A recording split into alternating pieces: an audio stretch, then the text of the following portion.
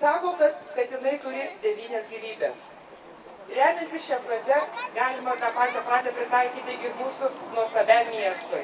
Gargždai 3 kartus buvo sugriauti iki pamatų ir vėl atstatyti, kad augtų ir klestėtų.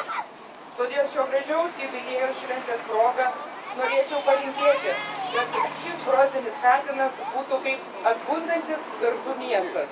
Kažkada ir Svajūnui Jurkui, šio projekto autoriams, taip pat norėčiau jums visiems palinkėti labai gražios jubiliejinės šventės. Ačiū.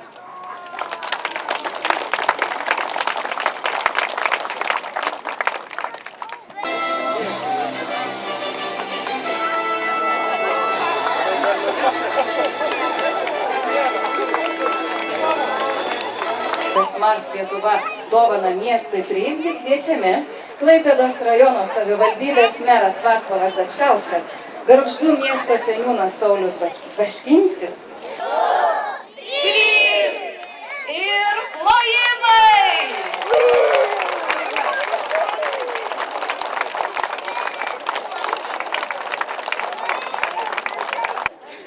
Ar uodegą bus galima... Yra širdis, kad tie vaikai, kurie su juo užaugtų, jie niekada nieko nekosė, jie mylės gyvūnus. Aš galvoju, tai sies gerą, aš taip noriu tikėti. Ir matau... Neturi vardo. Jį išrinkti patikėta Gargždų bendruomeniai iki rudens. Palauk, gal.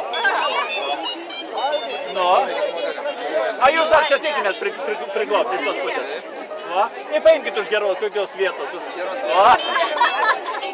Jo, palaukit. Jau užteikti. Jūs galite atsistoti. Ir imkit už juos irgi. Nu va, berniukas, už kojyčių paimk. Gerai, visi čia žiūrim. Berniukas visi užstoji.